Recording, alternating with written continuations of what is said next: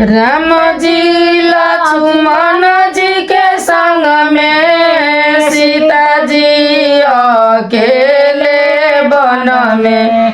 राम जी लक्ष्मण जी के संग में सीता जी अकेले वन में।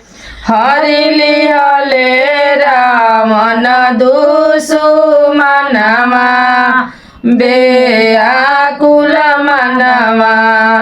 हरिली हले रावण दुश्मनमा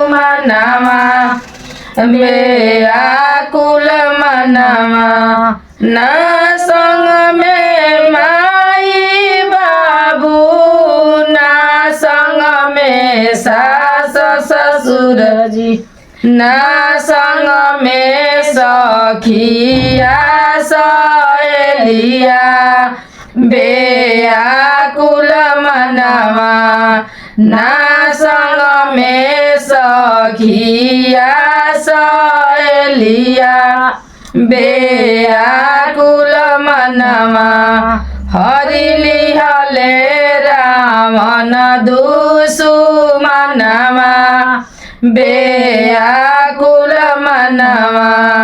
ना संग में स्वामीनाथ ना संग में लक्ष्मण देवर जी जोगी भेषे आइले रावणवा बेआकुल मनवा। जोगी भेषे आइले रावणवा बेआकुल मनवा।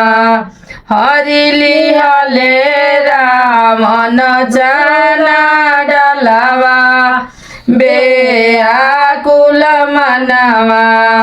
हरिली हले रावण जाना डलवा बेआकुल मनवा।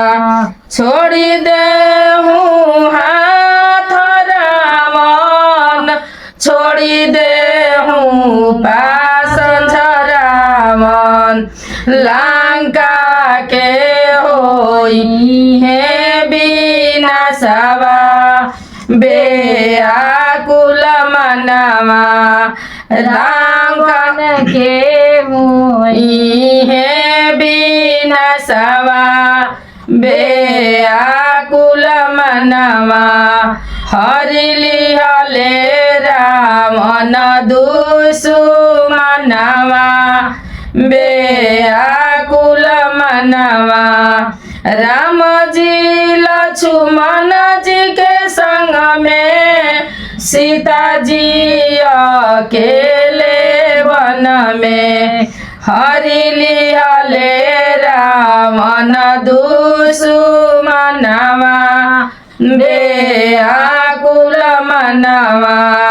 हरिली हले रावण दुश्मनमा अकेले वन में।